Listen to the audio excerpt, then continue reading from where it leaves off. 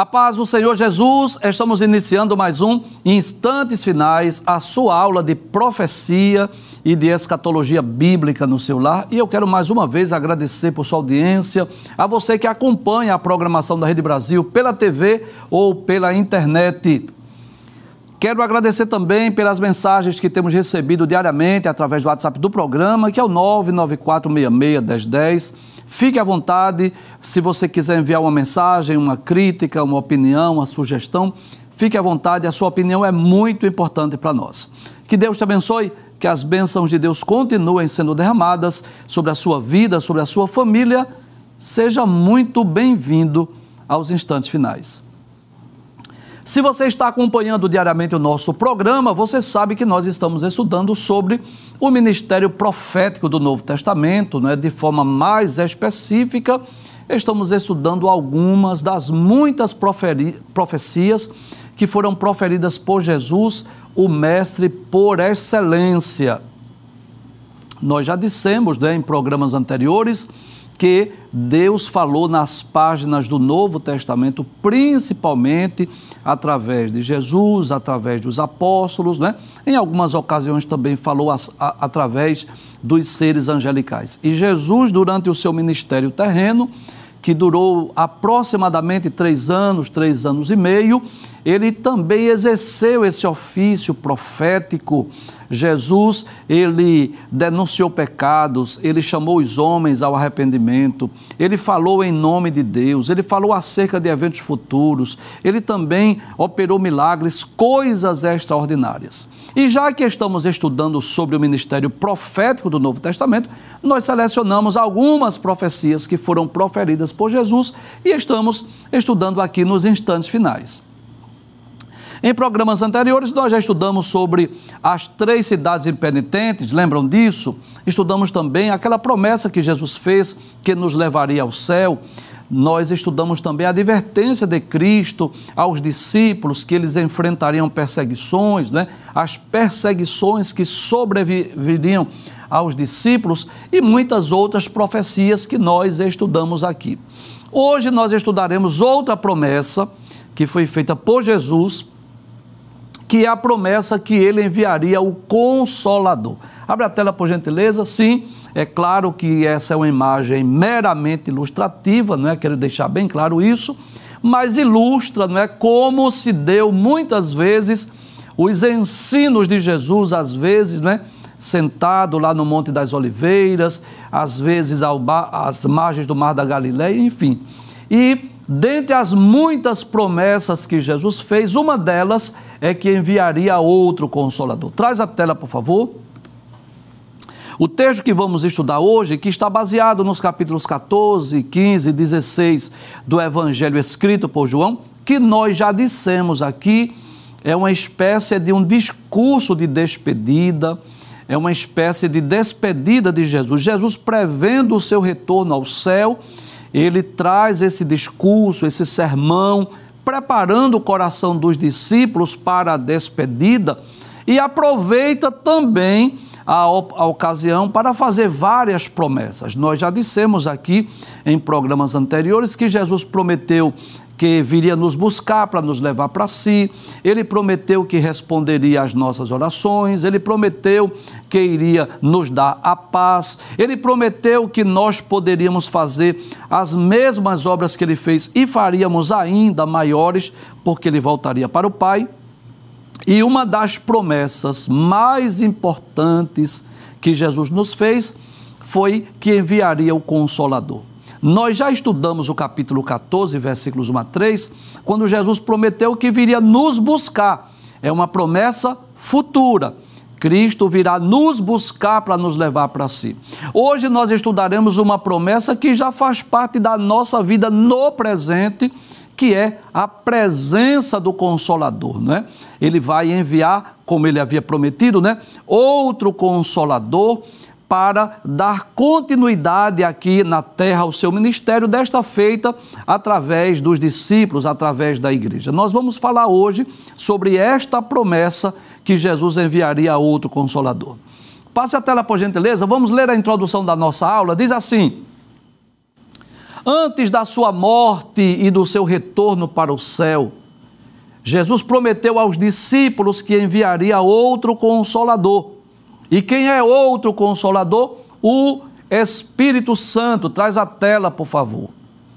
Que eu já gostaria de deixar bem claro aqui, que este outro Consolador não está se referindo a uma outra religião, não está se referindo a uma outra doutrina, não está se referindo a um outro ensino, não. Ele está se referindo a uma pessoa, a terceira pessoa da Trindade, o Espírito Santo de Deus, que viria para habitar nos crentes. Então, esse outro Consolador, a palavra Consolador, lá no grego, é Paráclito, que significa alguém que foi chamado para ficar ao lado de outrem, com o objetivo de ajudar em toda e qualquer necessidade. Significa dizer que o Espírito Santo é este Paráclito, é este Consolador, é este advogado, nosso ajudador, que nos guia, que nos aconselha, que nos orienta. Ele é uma espécie de um advogado que está sempre conosco, não é? O nosso Consolador é o Espírito Santo, que tem a mesma essência de Cristo, né? Aquele que nos consola quando nós estamos precisando, né? Naquele momento da dor. Alguém já disse que até o próprio termo Consolador significa isso, aquele que consola a dor. Quando Jesus disse que enviaria outro Consolador, significa dizer que ele enviaria outro da mesma essência, outro da mesma natureza, não é? E eu posso dizer que este é um dos maiores privilégios do crente, do salvo, né? Você sabe disso, que a salvação, ela abrange bênçãos futuras, mas também bênçãos já no presente. Tem aspectos da salvação que ainda é futuro, por exemplo, a vida eterna, não é? A nossa morada com Deus no céu, ter um corpo glorioso e incorruptível, desfrutar de todos aqueles eventos escatológicos, né? Arrebatamento da igreja, tribunal de Cristo, bodas do Cordeiro, não é assim? São aspectos futuros da salvação. Mas existem aspectos que já são presentes, não é? Como, por exemplo, o perdão dos pecados, a justificação pela fé, a certeza do nosso nome escrito no livro da vida, o direito de ter comunhão, intimidade com Deus. E um dos maiores privilégios para o crente, para o salvo, já na presente era, é ser templo e morada do Espírito Santo. Esse Paráclito, esse advogado, esse Consolador veio habitar em nós. Isso é uma promessa de Jesus. Então eu posso dizer que isso é um privilégio para nós, termos o Espírito Santo de Deus habitando dentro de nós, para nos ajudar em qualquer necessidade, em toda e qualquer circunstância. Eu posso dizer que o Espírito Santo está sempre pronto a nos ajudar, quer seja no momento de tristeza, de alegria, quer seja no momento de luto, quer seja no momento de provação, de tentação, de adversidade, de dificuldade, seja lá qual for o momento. Então é como se Jesus estivesse dizendo aos discípulos: eu vou voltar ao céu, eu vou voltar ao meu lugar de origem, eu vou voltar de onde eu vim, mas vocês não vão ficar sozinhos. Eu vou enviar outro Consolador, e outro aí, não é? Tem esse sentido de alguém da mesma essência, da mesma natureza.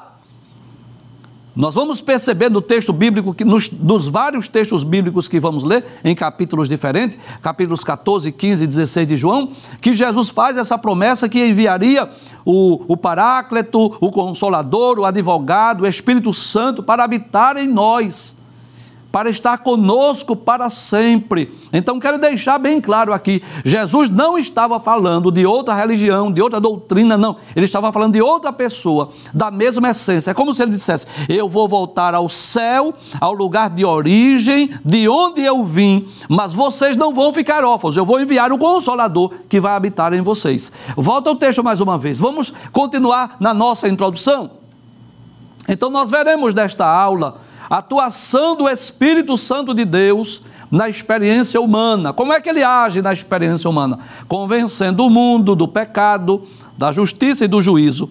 E na vida dos crentes, habitando-os, ensinando-lhes, lembrando-os dos ensinos de Cristo e principalmente consolando-os. Nós não vamos trazer hoje aqui um estudo completo nem detalhado da paracletologia ou da pneumatologia, não, porque o tempo não permite, e até porque não é esse o objetivo do programa, né? Mas lá no programa Teologia Viva, né, você pode ir lá no YouTube, tem vários programas, o professor e evangelista Alessandro Barreto gravou uma série de programas sobre a declaração de fé, e ele fala com muita propriedade acerca do Espírito Santo. Nosso objetivo aqui, como o nosso programa é de caráter profético, nós estudamos as profecias, nós vamos estudar essa promessa de Jesus, que enviaria o Paráclito, que enviaria o Consolador, promessa essa que já teve o seu cumprimento, né, desde o dia de Pentecostes. Vamos ler alguns textos, né? Você vai perceber que não vamos ler um capítulo único, vamos ler textos em capítulos diferentes, mas do Evangelho escrito por João. Pode passar a tela, por gentileza. Diz assim, em João, capítulo 14, versículos 16 e 17. Jesus dizendo assim: eu rogarei ao Pai, e Ele vos dará outro Consolador, que eu já disse aqui, não é?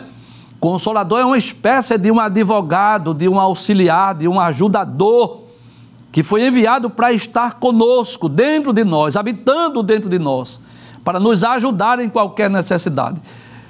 Jesus sabia muito bem que a sua partida, a sua ida para o céu causaria tristeza aos discípulos. Eles iriam perguntar: e agora?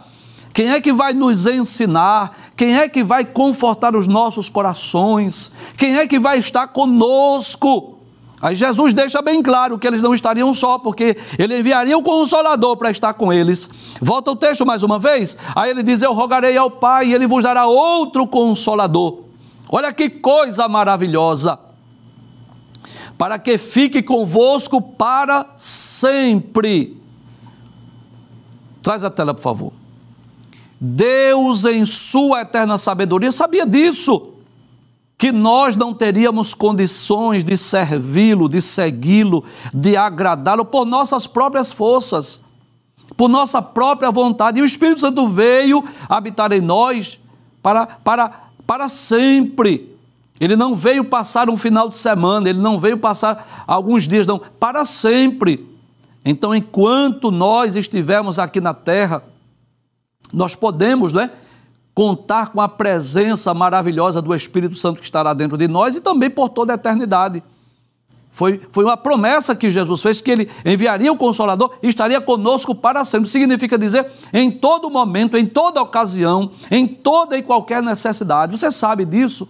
Que humanamente falando, às vezes alguém pode se sentir só.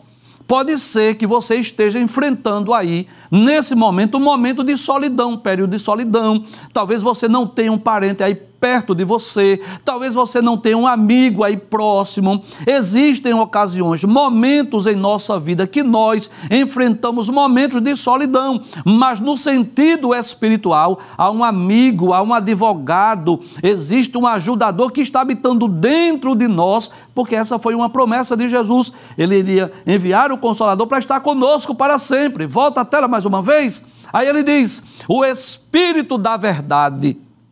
Olha que coisa maravilhosa.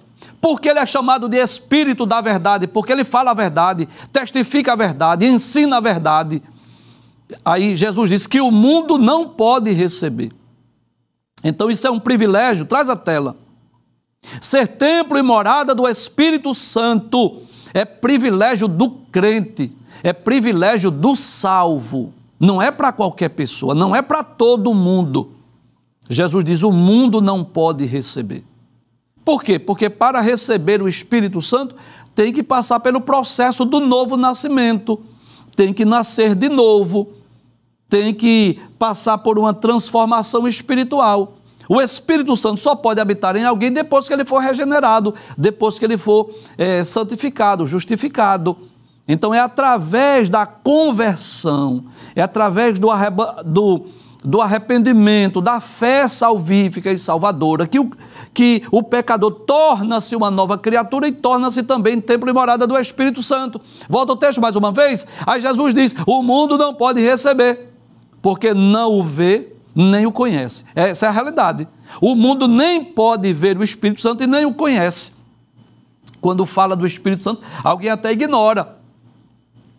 Alguém até diz assim: como pode o Espírito Santo de Deus habitar no pecador? Verdadeiramente, no pecador ele não pode habitar, mas a partir do momento que este pecador reconhece que é pecador, crê em Cristo e o recebe como seu Salvador, se arrepende dos seus pecados, se converte dos seus maus caminhos, ele é regenerado, ele é justificado, ele é santificado, e aí sim o Espírito Santo passa a habitar dentro dele. Volta ao texto mais uma vez. Então o mundo não vê nem o conhece. Aí ele diz: mas vós o conheceis, vocês já o conhecem, porque habita convosco e estará em vós. Ele vai atuar dentro de vocês de uma forma especial, de uma forma sobrenatural.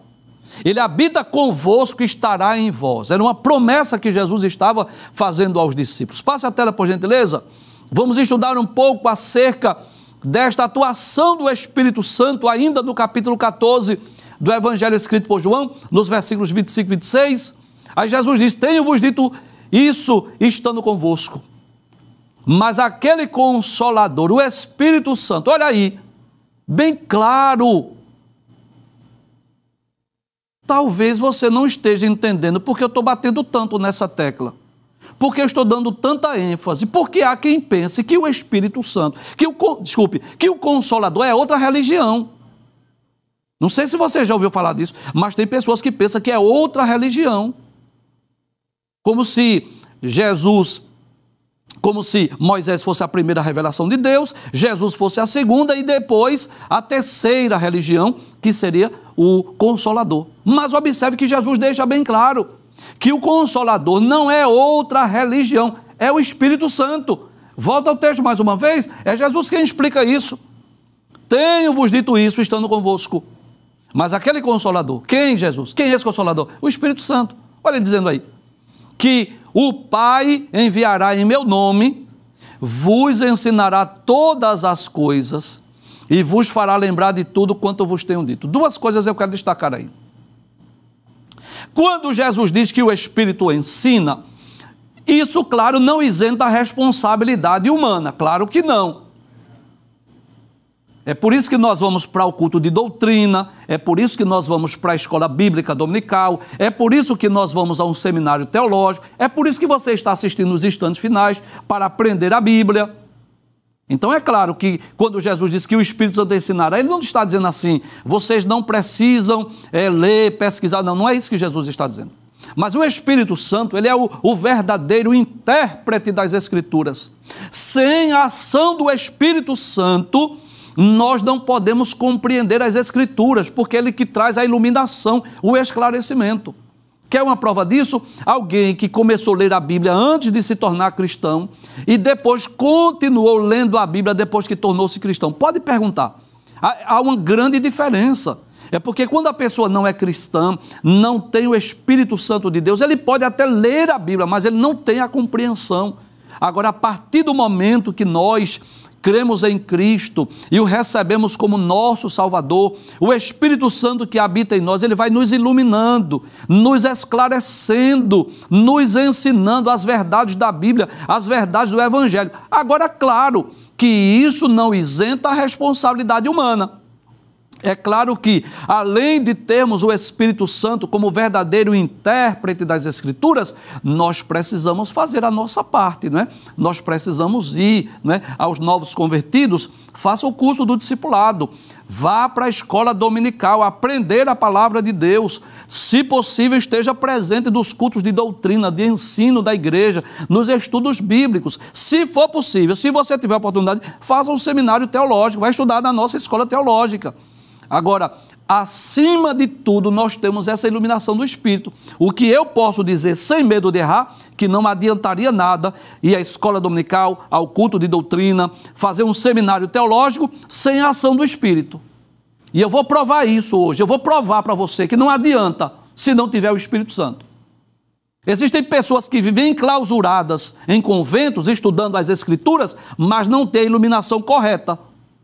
Ainda continua na idolatria. Por quê? Falta a iluminação do Espírito Santo.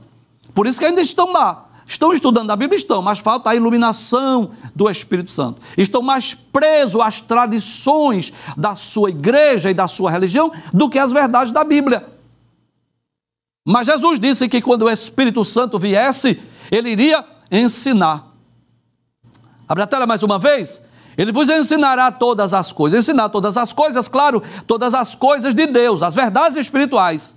E o que mais, Jesus? Só isso? Não. Jesus diz, e vos fará lembrar de tudo quanto vos tenho dito. Olha que coisa maravilhosa. Ele não só ensina, mas ele também faz lembrar. Quando eu li esse texto, eu lembrei-me dos evangelhos, da escrita dos evangelhos, que é algo muito interessante.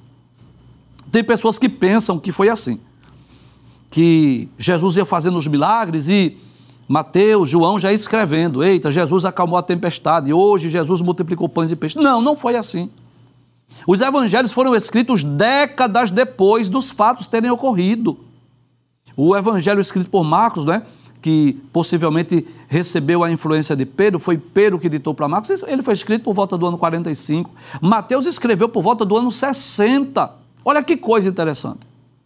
Quando Mateus foi escrever o evangelho, fazia aproximadamente 30 anos que Jesus havia morrido, havia voltado ao céu. Agora veja que coisa extraordinária. 30 anos depois, Mateus pôde descrever com minúcias, com detalhes, por exemplo, o sermão da montanha, as parábolas, os ensinos de Cristo. E é claro que aí está a ação do Espírito Santo, não só ensinando, mas fazendo lembrar, não é? Com certeza, na ocasião em que João, em que Mateus estavam escrevendo os evangelhos, eu digo de forma específica os dois, porque eles foram testemunhas oculares, né? Dos 4 evangelistas, 2 foram testemunhas oculares e 2 não. As 2 testemunhas oculares, Mateus e João, e as 2 testemunhas que não foram oculares, que não presenciaram, foi Marcos e Lucas. Então, quando eles estavam escrevendo, com certeza o Espírito Santo estava lembrando das parábolas, dos sermões, dos ensinos, dos milagres operados por Cristo. Então, esse Consolador, ele não veio apenas para consolar na hora da dor. Não, não só é isso, não. Ele veio também para nos ensinar as verdades de Cristo, as verdades do Evangelho. Ele veio também para nos lembrar as palavras de Jesus. Passa a tela, por gentileza. O que mais nós podemos falar acerca dessa promessa? A promessa do outro Consolador. Jesus diz assim em João capítulo 16, versículos 7 e 8. Todavia digo-vos a verdade, que vos convém que eu vá. Traz a tela.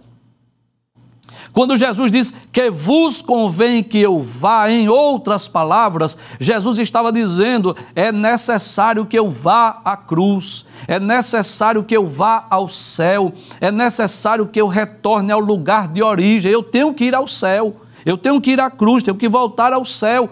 Volta a tela mais uma vez. Aí ele diz, porque se eu não for, o Consolador não virá a vós. Então é preciso eu morrer na cruz, é preciso eu voltar ao céu, porque se eu não for, o Consolador não pode vir. Traz a tela mais uma vez. Aí ele diz, mas se eu for, como quem diz assim, se eu for à cruz do Calvário, se eu morrer e ressuscitar ao terceiro dia, então enviar-vos-ei, eu vou enviá-lo. E quando ele vier, convencerá o mundo do pecado, da justiça e do juízo. Olha que coisa maravilhosa. E baseado nesse texto, eu posso dizer que existem obras do Espírito Santo que são específicas para o crente, específicas para o salvo. Por exemplo, habitar é só para o salvo. Mas existem obras do Espírito Santo que ele também faz na vida do incrédulo, na vida do pecador. Veja as palavras de Jesus. Jesus disse, olha, é necessário que eu vá, porque se eu não for, o Consolador não virá a vós, mas se eu for, enviá-lo-ei. E quando ele vier, ele vai convencer o mundo do pecado, da justiça e do juízo. E algo extraordinário, porque das três pessoas da Trindade, o Pai, o Filho e o Espírito Santo, o Espírito Santo, eu posso dizer que é o agente da Trindade que atua na experiência humana. E ele começa atuando na vida do incrédulo, na vida do pecador. De que forma, professor? Convencendo o mundo do pecado, da justiça e do juízo. Então, como se dá isso? Como se dá essa experiência? À medida que alguém ouve a mensagem do Evangelho, à medida que alguém ouve a pregação ou o ensino das Escrituras, o Espírito Santo vai convencendo aquela pessoa que ele é um pecador, que ele precisa ter um encontro com Cristo, que ele precisa de salvação. Há um teólogo chamado Mike Pierman, ele escreveu um livro chamado Conhecendo as Doutrinas da Bíblia. Ele diz algo interessante.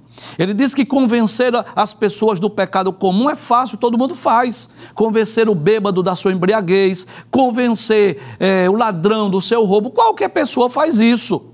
Agora, convencer do pecado original, do pecado de Adão, convencer o ser humano que aquele pecado de Adão passou a toda a posteridade, isso é uma obra do Espírito Santo.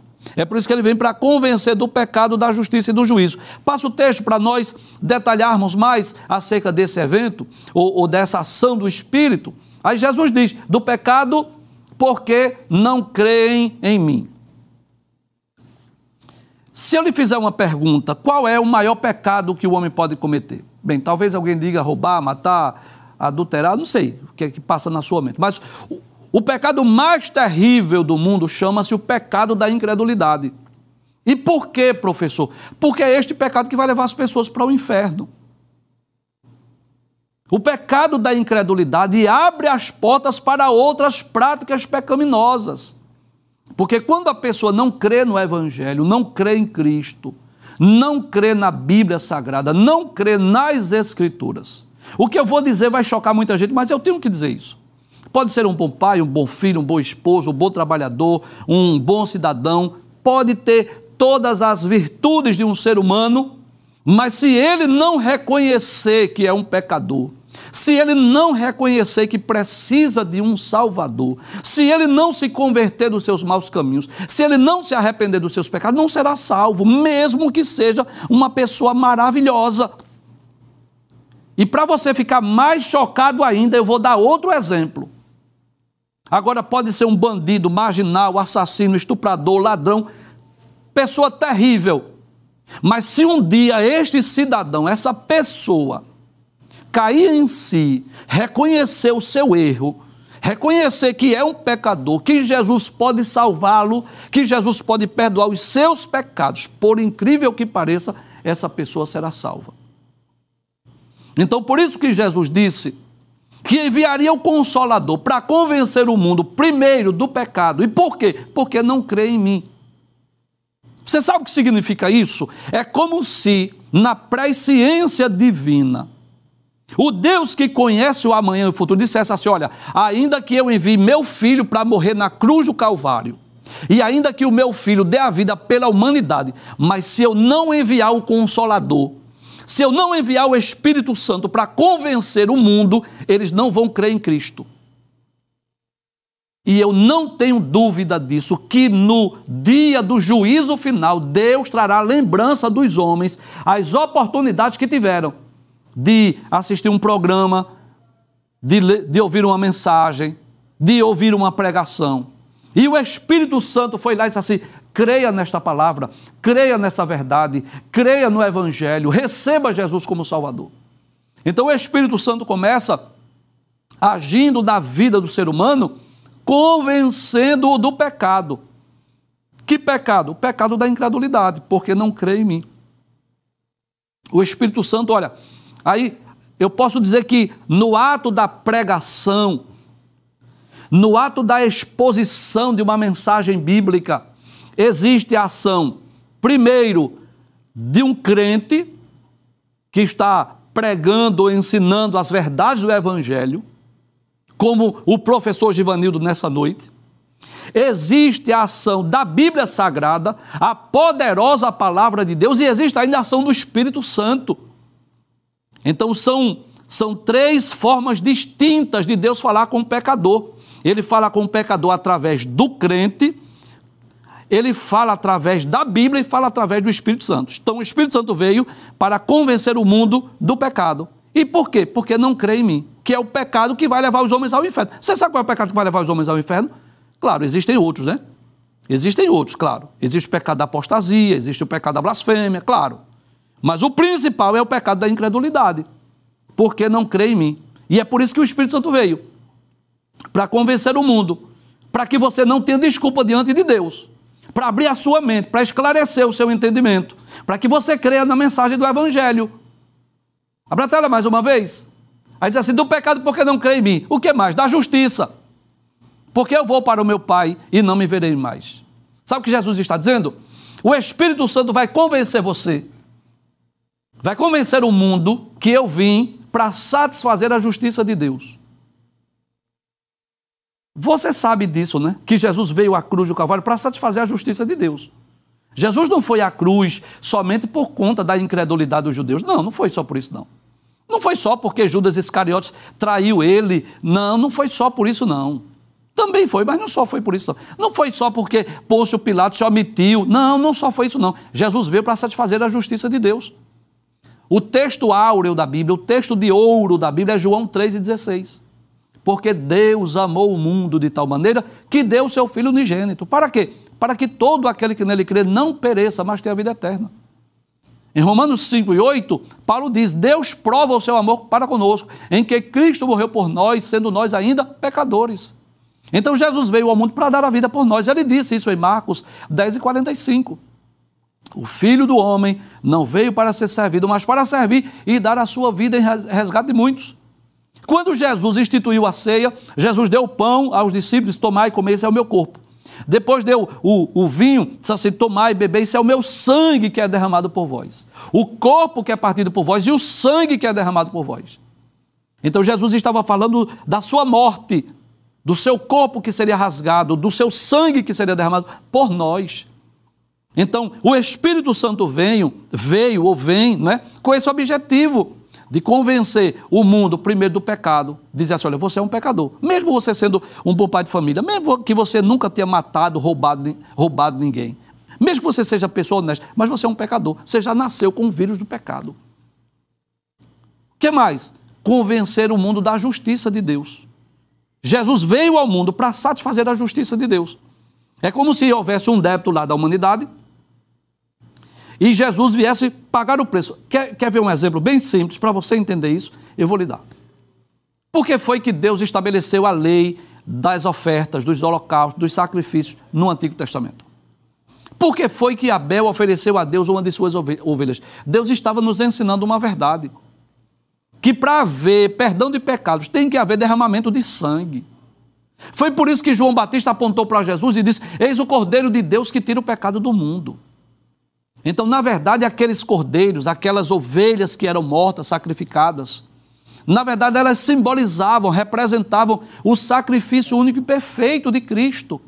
Quando Jesus disse que veio ao mundo, né, que o Espírito Santo vem para convencer da justiça, está dizendo assim, convencer, olha, Jesus veio ao mundo para morrer por você, pelos seus pecados. Então, é assim que o Espírito Santo age na vida do ser humano. Passa a tela, por gentileza. E o que mais? Não volta o texto, por favor, que eu ainda não concluí. Do pecado, porque não crê em mim. Da justiça, porque eu vou para o meu Pai e não me vereis mais. E do juízo, porque já o príncipe deste mundo está julgado. Quem é o príncipe deste mundo? Satanás. Está julgado. Então, Jesus disse que o Espírito Santo viria também com esse objetivo, para convencer o mundo da justiça e do juízo. O príncipe desse mundo está julgado. Aquele que queria separar para sempre a humanidade de Deus, Cristo veio unir mais uma vez. Qual era o desejo de Satanás? Separar a humanidade de Deus, o homem, a criatura do Criador. Mas Jesus veio para nos unir mais uma vez. Volta o texto mais uma vez.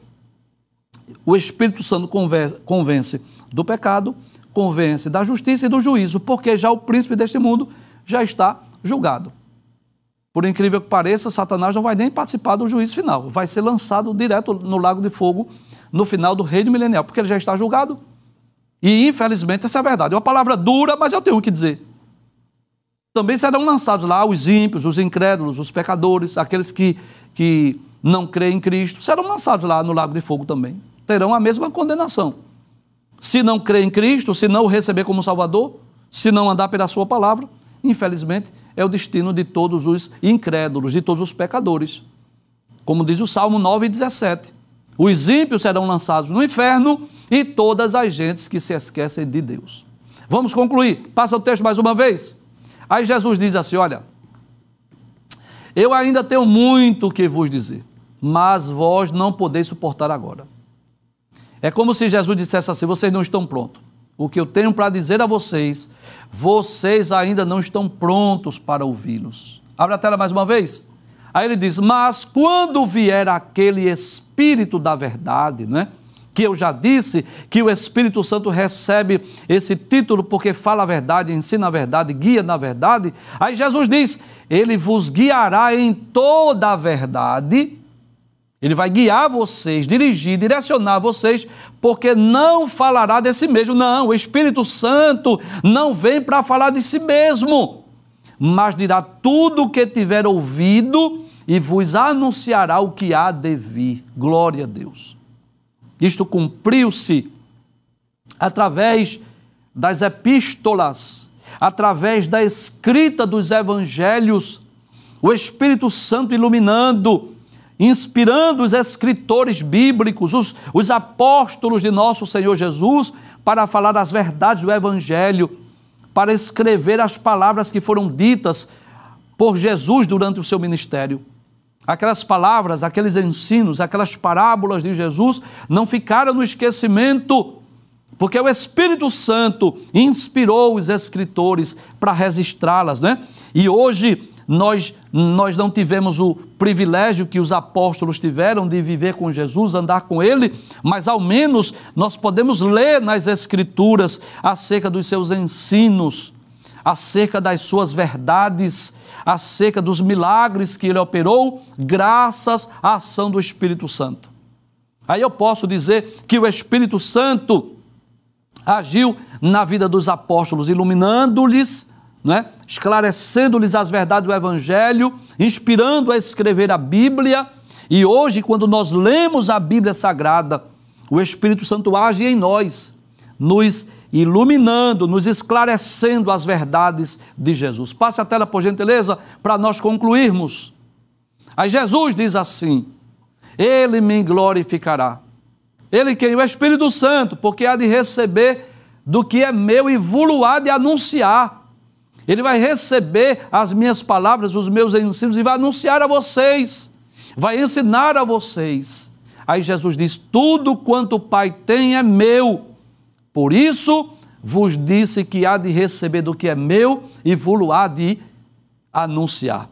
Então eu posso dizer que após a ressurreição de Jesus, não é? Porque eu posso falar do cumprimento desta promessa usando dois textos distintos, dois textos diferentes.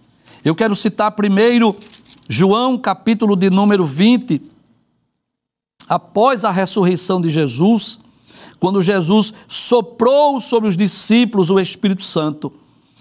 Capítulo 20 do Evangelho, escrito por João, versículo 22. E havendo dito isto, assoprou sobre eles e disse-lhes, recebei o Espírito Santo. Jesus cumpriu essa promessa, enviou o Consolador, primeiro sobre os discípulos, como habitação, como morada. Os discípulos agora puderam receber o Espírito Santo naquela ocasião do sopro de Jesus. Mas também receberam, eu posso dizer, uma porção maior. No capítulo 2 de Atos, quando o Espírito Santo veio revestindo os discípulos de poder, que foi a ocasião que eles foram batizados com o Espírito Santo e falaram em novas línguas. E de lá para cá, nesses 2 milênios, nesses 2000 anos da história da igreja, o Espírito Santo nunca deixou de agir no mundo e principalmente na vida da igreja. Ele continua convencendo o mundo do pecado, da justiça e do juízo. E ele continua habitando do crente, ensinando a palavra de Deus, lembrando as palavras de Jesus, nos guiando na verdade e agindo como esse advogado, como esse paráclito, como esse ajudador, como esse que consolador. E eu posso dizer que este é um dos maiores privilégios do salvo, que é ser templo e morada do Espírito Santo.